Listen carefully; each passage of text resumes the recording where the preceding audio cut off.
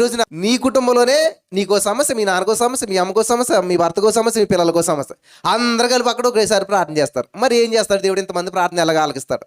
నాకు చాలా పెద్ద డౌట్ ఉండేది చిన్నప్పుడు. మనం ఎవరన్నా మాట్లాడితే ఒక్కసారి ఒక్క ఫోనే మాట్లాడగలుగుతాం.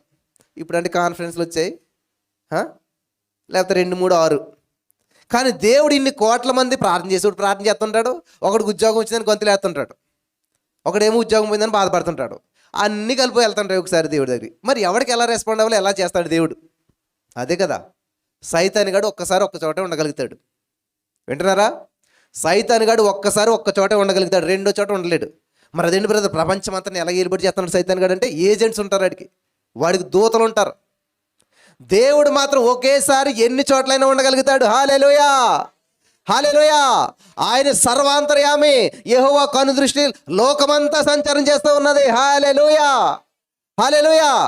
ఒకేసారి ఒకే క్షణంలో ఎన్ని కోట్ల మంది ప్రార్థనలకైనా వినగలుగుతాడు, సమాధానం ఇవ్వగలుగుతాడు. విత్ ఇన్ ఫ్రాక్షన్ ఆఫ్ సెకండ్స్లో ఇవన్నీ చేయగలుగుతాడు. అందుకని ఆయన దేవుడు.